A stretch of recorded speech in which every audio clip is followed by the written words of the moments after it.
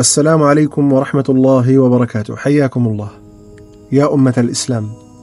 هذه بعض الرسائل من غزة العزة نبثها لكم، نذكركم وأنفسنا لعل الله سبحانه وتعالى بهذه الكلمات يرحمنا ويعذرنا ويغفر لنا ويتجاوز عنا، إنه سبحانه أرحم الراحمين وأكرم الأكرمين. نبث لكم هذه الرسائل لأننا نحبكم في الله، ونعلم أنكم تحبوننا في الله، ونعلم أنه لو كان بمقدوركم أن تقتسموا معنا الطعام والشراب والدواء ما ترددتم ولا توانيتم للحظة واحدة. هذا ظننا بكم يا أمة الإسلام.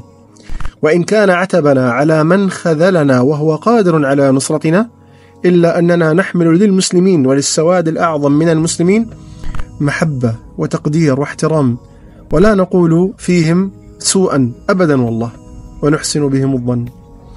أما الرسالة الأولى، نبشركم أننا بخير رغم هذه المحنة التي ستنقلب إلى منحة، رغم هذه البلايا التي ستنقلب إلى عطايا.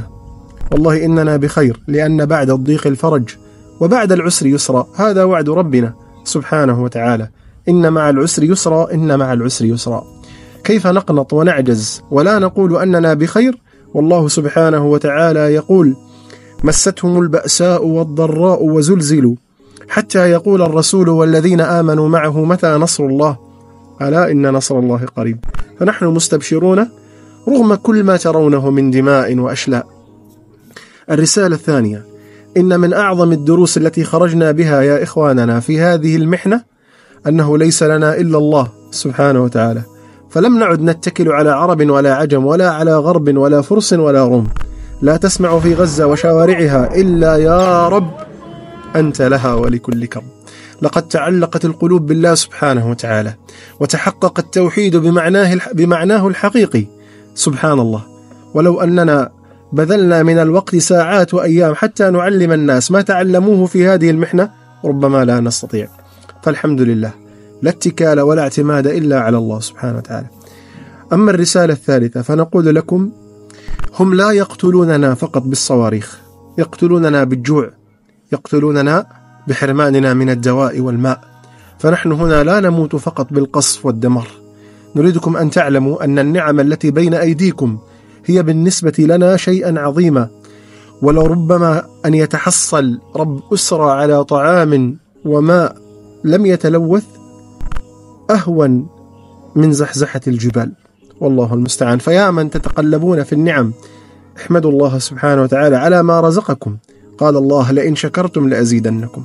فاحمدوا الله على ما أنتم فيه من نعم، فوالله إن إخوانكم في غزة جوعى، فنسأل الله أن يطعمهم، عطشى نسأل الله أن يسقيهم، مرضى نسأل الله سبحانه وتعالى أن يشفينا وإياهم. الرسالة الرابعة، الدعاء يا أحبابنا.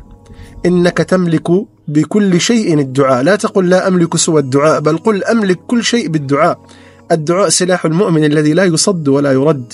فادعوا لنا بظهر الغيب، ادعوا لنا في الخلوات، ادعوا لنا بدمعة صادقة، ادعوا لنا، اجمعوا أولادكم حولكم واسألوا الله لنا الفرج والنصر القريب، ادعوا لنا في سجودكم، تصدقوا وادعوا لنا، وأبشروا بخير إن شاء الله.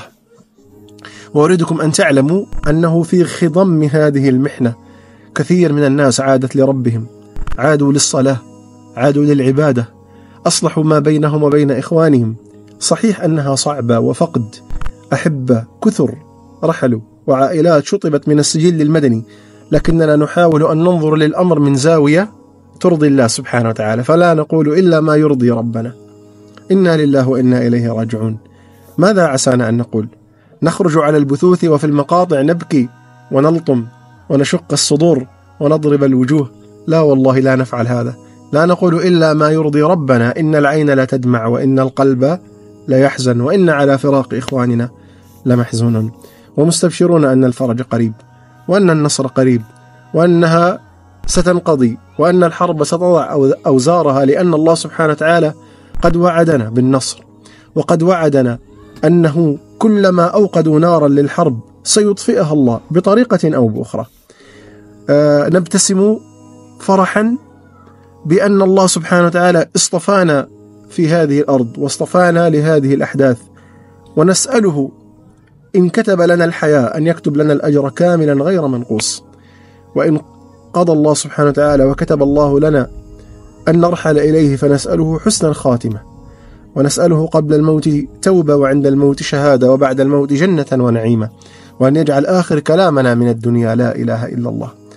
هذه بعض الرسائل، لا ندري إن كنا سنلقاكم بعد هذه الرسالة أو لا، لكننا نسأل الله إن كتبنا من الأحياء أن يجمعنا بكم في باحات الأقصى نصلي معا صلاة الفتح، وإن كتبنا الله من الشهداء أن يجمعنا في الفردوس الأعلى بغير حساب ولا سابقة عذاب.